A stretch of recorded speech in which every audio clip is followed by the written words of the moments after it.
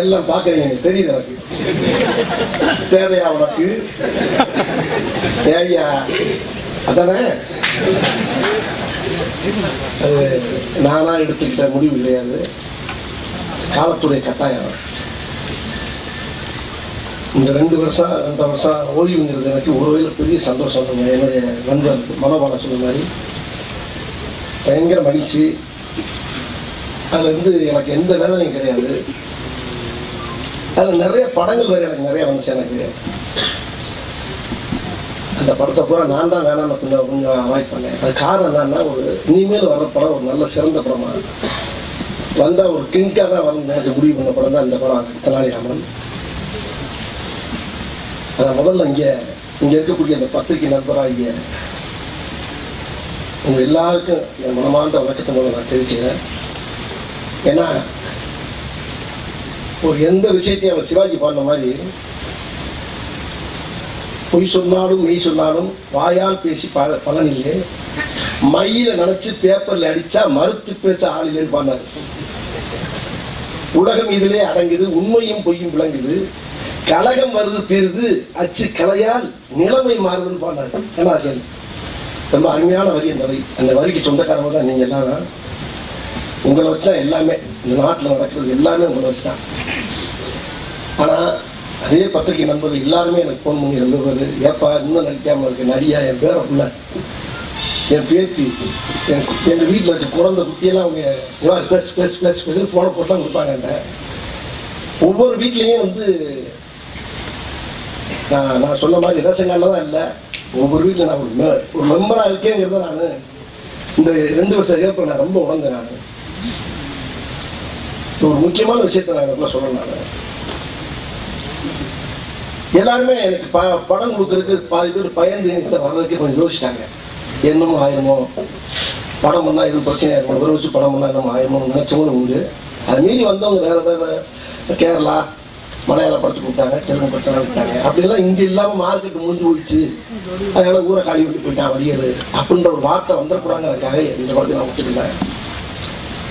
ஆனால் இந்த படத்துக்கு தம்பி யுவராஜ் வந்து அந்த ஒரு கதை சொன்னார். தெனாலிராமன் என்ற ஒரு கதை இருக்குங்க, கேளுங்க அப்படின்னாரு. நான் ரொம்ப நாளாக எதிர்பார்த்துருந்த இந்த கதை புலிகேசி பிறகு. இந்த கதையை அவர்கிட்ட கேட்டோம், ஒரு லைன் மட்டும் சொன்னார். அந்த லைன் ரொம்ப பிரபாதமாக இருக்கு. நான் கொஞ்சம் படிச்சிருக்கேன். நான் தெனாலிராமன் கதை யார் வச்சு பண்ணலாம் அப்படின்னு பேசிட்டு இருக்கும்போது, ஐயா அகோரம் அவர்கள் வரிகளை வச்சு நான் பண்ணுறேன், கேளுங்க அவர்கிட்ட அப்படின்னு அவராக தான் என்னை கூப்பிட்டார். ஏன்னா இந்த சபையில் நான் சொல்லி ஆகணும். அப்போ கூட அவர், ஐயா வேணாங்க, யோசிச்சு பண்ணுங்க, போயா நல்ல கலைஞர், அவரை வச்சு பண்ணுறது என்ன தப்பு போ, இதை முதலே சொல்ல முடியாது, பின்னால் வந்து சொல்கிறேன். எல்லாம் அட்வான்ஸ் எல்லாம் கொடுத்து முடிச்சாலும் போய் சொல்லியிருக்காங்க. அவர்கிட்ட மெசேஜ் எல்லாம் போயிருக்கு. ஐயா வீட்டு வாசலாம் கதை வந்துருக்காங்க. மோசம் போயிட்டீங்களே, மோசம் போயிட்டு யாரெல்லாம் மோசம் போனாடே போடா, நான் ரோசக்காரன் போறேன். என்ன செஞ்சுட்டாரு இப்ப அவரு? இந்த ஊர்ல பண்ணாரு, என்ன பெரிய குத்தம் போட்டாரு. ஏதோ போனாரு, வந்தாரு, போனாரு, அங்கேயும் போய் காமெடி தான் பண்ணிட்டு வந்தாரு. வேறம்னா காமெடி தானே பண்ணிட்டு இருக்காரு, வேற என்ன பண்ணாரு? இப்போ நான் பண்ண காமெடி தான் இப்ப வெளியில பண்ணிட்டு இருக்காங்க எல்லாம். ஆக ஒன்றும் கிடையாது. அகோரா சார் வந்து ரொம்ப வந்து அண்ணன் 3 பேருமே சிவன் பிரம்மன் மாதிரி நான் கடவுளாக தான் பார்க்குறேன். நான் தமிழ் சினிமாவில் எல்லாரும் பிடிச்சிருந்தேன். ஆனால் இவர் முதலாளியுமே நான் உண்மையில இந்த இடத்துல அவருக்கு ரொம்ப கையெழுத்து முடியும். அவங்க கொடுத்த ஊக்கத்தில் உழைச்ச உழைப்பு அவரை நினைச்சு உழைச்ச இந்த படத்தில் சும்மா நினச்சிக்கிறேன் சார். காசியாக வேணாம், 10 வருஷத்தை வேணாம், அந்தளவுக்கு போயிட்டேன் நான். இல்லை சார், இறங்கி உண்டு கிணறு தோணா தண்ணி புதவுன்னு இருக்கு படத்தில் பாரு. அடிச்சு நொறுக்கி பூரா நொங்கு எடுத்துக்கிறேன். கடுமையான உழைப்பு. ஈனுட்டே என்னை பார்த்துட்டு ஆரம்பிச்சு, என்னாச்சு நாளைக்கு காலையில் 6 மணிக்கு போகிறேன் வீட்டுக்கு. யோ சாயங்காலம் 6 மணிக்கு ஷூட்டிங் பார்க்க பார்ப்போம், ஆனால் காலையில் 7-7:30 தான் ஷூட்டிங் பார்க்க பார்ப்போம். அந்த அளவுக்கு எல்லாரையும் கூப்பிட்டு, ஆனால் உண்மையில் சந்தோஷமாக கவலைப்பட்டாங்க. ரொம்ப அற்புதமான ஒரு நல்ல அருமையான படத்தில் இந்த கேப் போட்டு நடிச்சது ரொம்ப சந்தோஷமாக இருக்குது. இன்னொரு விஷயம், இந்த படத்தில் பார்த்தீங்கன்னா மனோபலா, சந்தான பாரதியாங்க, பூச்சிமுருகன், பாலாசிங் சார், ராம்சார், எல்லாருமே நிறைய நடிகர்கள் நடிச்சு, கிருஷ்ணமூர்த்தி எல்லாருமே நல்லா உழைச்சாங்க அந்த படத்தில். நைட் அண்ட் டே ரொம்ப உழைச்சாங்க. அது கூட முக்கியமான விஷயம் அந்த படத்தில் சிஜி ஒர்க்கு, செட்டு பிரபாகரன், அதே மாதிரி ஒவ்வொரு டெக்னிக்கல் கேமராமேன் வந்து எல்லாருமே இது என்னன்னு பார்க்கணும். எல்லா பேருமே எனக்கு பயங்கர தீவிர ரசிகராக இருந்தனால இந்த படத்தில் வந்து ஒரு கடினமான உழைப்பு இந்த படத்தை நான் கண்ணால் பார்த்தேன். நான் மட்டும் கிடையாது. அதோட இந்த படத்தில் என்னுடைய அன்பு நண்பன் இமான் சார் அவரை பற்றி நான் நல்லா சொல்லி ஆனேன். இந்த படத்தில் அதாவது நான் பழைய பாட்டெலாம் நிறையா கேட்பேன். எந்த ரூட்டில் போனாலும் என்ன கொடுத்த பாட்டி எங்கிட்டு போனாலும் கப்பு கப்புன்னு பிடிச்சி அடிக்குது. ஒவ்வொரு நூல் விடாமல் அந்த அந்த அந்த அளவு ஒவ்வொரு பாட்டுடைய அந்த இதை பூரா பல இன்ஸ்ட்ருமெண்ட்டுக்கு, அதாவது என்ன எல்லாரும் இந்த படத்தில் சொல்கிறாங்க, ஐயா நீ நடிக்கிறதுனால தான் எங்களுக்குலாம் வேலையே கிடைக்கிறது ஜூனியர் ஆர்ட்ஸ்ன்னு சொல்லுவாங்க. அதே மாதிரி அவர்கிட்ட எல்லாரும் சொல்லியிருக்காங்க, பழைய இன்ஸ்ட்ருமெண்ட் வாசியர் பீஸெல்லாம் இருப்பாங்க வீட்டில் பேருலாம் அப்போ பிடிச்சி கிடக்கு. யாரும் வடிவல் வந்தால் தாயா இதெல்லாம் எடுத்து தொலைக்க வேண்டியதாக இருக்குது. ஏன்னா இந்த மாதிரி படம் வர்றப்போ அந்த மாதிரி இன்ஸ்ட்ருமெண்ட்டுக்கு பூரா வேலையே இருக்கான். உள்ள பரணியில் கிடக்கிற அவனை பூரா ஜாமான் ஜப்பெல்லாம் எடுத்துட்டு வந்து உட்காந்து வாசிச்சு இந்த படத்தில் அவ்வளோ பேருக்கு அவ்வளோ வேலை கிடச்சிச்சு. யாராரும் வந்து சும்மா வீட்டில் படுத்த ரோட்டில் படுத்துருந்தாருலாம், இந்த சுண்ணாம்பு காலத்தில் வேலை பார்க்குறாங்க, இந்த ரோடு வேலை பார்க்குறாங்களோ அவங்களாம் கூட்டி வந்து படத்தை வச்சுருக்காங்க. பூரா ஜூனியர் ஆர்ட்ஸ் பார்த்தீங்கன்னா போகிறவு வாரவுங்க கிட்டத்தட்ட 1,00,000 பேர் ஜூனியர் ஆர்ட்ஸ் வரைக்கும் இந்த படத்தில்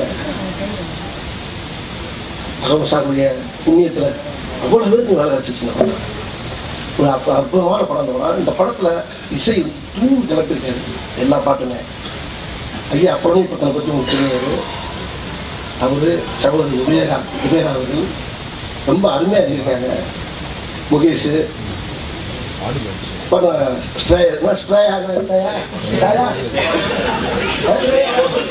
சாயா கோஷன் வச்சு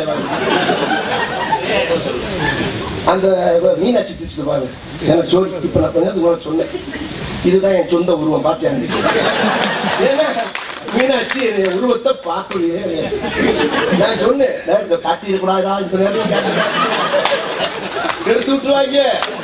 ஏன்னா முதல்ல நான் 5-6 யூனிட் செலக்ட்னா மெசேஜா அனுப்புறாங்க, வேண்டாம் வடிவேல் கூட நடிச்ச தமிழ் சினிமாவில் எந்த ஹீரோ கூட நடிக்க மாட்டோம், இப்படி எல்லாம் மெசேஜ் அனுப்பிட்டாங்க. அனுப்பி ஒவ்வொரு பிள்ளையா டிக்கெட் போட்டு கூட்டி வருவாரு, காந்தி டிக்கெட் போட்டு அனுப்பிடுவாங்க. அப்புறம் டிக்கெட் இன்னொரு பிள்ளை செட்டப் பண்ணுவாரு, இன்னொரு பிள்ளை கூட்டி வந்து நடிக்க கொடுத்துருக்கேன்னு சொல்லிட்டு சூப்பர் ஆஃபீஸர் நடி அப்படிமா டக்குனு இன்னொரு மெசேஜ் கொடுத்து அதை ஏற்றி விட்டுருவாங்க. கடைசியில் மீனாட்சி தான் நான் நடிப்பேன் பாருங்க, என்னையும் பாருங்க தக்காளி படத்தில் தாருத்துற மாதிரி இருக்கு. இப்ப வந்து உட்கார்ந்து சொன்னேன், யாரு தெரியுது நான் சார் வடிவே இதான் ஏன்னா படத்துல வந்து கெட்ட போட தான் நிக்கிறது பக்கத்துல. ஏன்னா இந்த அந்த பொண்ணு உள்ள நிற்கிறா அப்படின்னு பாடுறாம அந்த உள்ளுக்கார உட்காந்துருப்பாங்க, தட்டுக்குன்னு ஒரு போய் கேரம் போய் மேக்கப் போட்டு வெளியே வந்து நிற்கிற ஸ்டைல நிற்கிறது. ஏன்னா ஏன்னா கழுத்து விட்டுருவாங்க, உங்களுக்கும் ஆகி போகுது, எந்த நேரமும் தெரியாது, நிம்மதியே இல்லை. ஷூட்டிங் நடந்துட்டு கலந்து போச்சான், செட்டை பிரிச்சாச்சுன்னா அது யூனிட்டை பிரிச்சுன்னு இருந்தான் போட்டு விட்டாங்க. அனே போச்சாங்க முடிச்சான் எனக்கு பாப்பா போய் நல்லா தூங்குவேன். பாடா சைக்கிள் எடுத்து போய் கெடுத்து வர்றாங்க. அவர் அசர்ல நம்ம அகரோ சார் செட்டுக்கு விட்டார். இதுக்கு நான் எந்த செட்டுக்கு போனதில்லை முடியும் சார். என் குடும்ப ஃபேமிலியோட வந்துட்டு பாருங்க பூரா எல்லா வீட்டில் அவங்க அல்ல அண்ணன் பிள்ளை எல்லா புள்ள குட்டிலாம் என்னோ ரீஜியனுக்கு வர மாதிரி வட்டாக வந்து சுற்றி பார்த்துட்டு இன்னைக்கு தாங்க அவங்க ஷூட்டிங்க இத்தனை படம் எடுத்துக்க எந்த ஷூட்டிங் போனதுலையா வந்து உள்ள வந்து ராஜா யாரு மந்திரி யாரு அமைச்சர் யாரு இப்படியா பூரா எல்லாம் பார்த்துட்டு சார் தன்னாடி மாதிரி இருக்கு சார் வாழ்த்துக்கள் அப்படின்னு முதல் நாள் எடுத்து போனோம்னா என்ன நம்ம சீட் ஒன்று சார். ஆமாம் வசனம் ஆர்வத்தான்னு சொல்லுங்க, இதுவரை பஞ்சாயத்து இதுவரை ஒன்று வரண்டா கூட வச்சுக்கலாம் சொன்னானா என்னையே அவர் 4 பொண்ணு அவங்க வளர்ச்சி திட்டுவாரு. ஆமாம் வர சனிக்கிழமை வந்துடும் அவர் தான் அவர் ஐயா ஆர்வதாஸ் ஐயா அந்த படத்தில் அவரை பற்றி தெரியுமே உங்களுக்கு. வசனங்களை அள்ளி தீட்டிருக்காரு, ரொம்ப அருமையான வசனங்கள் தான் இந்த படத்தில். அவருடைய உழைப்பு ரொம்ப கடுமையான உழைப்பு அந்த படத்தில். ஆக ஒரு நல்ல அற்புதமான படத்தில் நடிச்சிருக்கேன். எனக்கு ஒரு வாய்ப்பு கொடுத்து மறுபடியும் என் வண்டியை ஸ்டார்ட் பண்ணிவிட்ட ஐயா அகம் அவர்களுக்கு எல்லாருக்கும் ஒரு சார்பாக நான் மனமார்ந்த அவங்க நன்றி தெரிவிச்சுக்கிறேன். இந்த படம் பெரிய வெற்றி பெறும்னு நான் ஆண்டவனையும் உங்களுடைய ஆசீர்வாதத்தில் உங்கள் அன்பால் இந்த படம் பெரிய வெற்றி பெறும் சொல்லி கேட்குறது.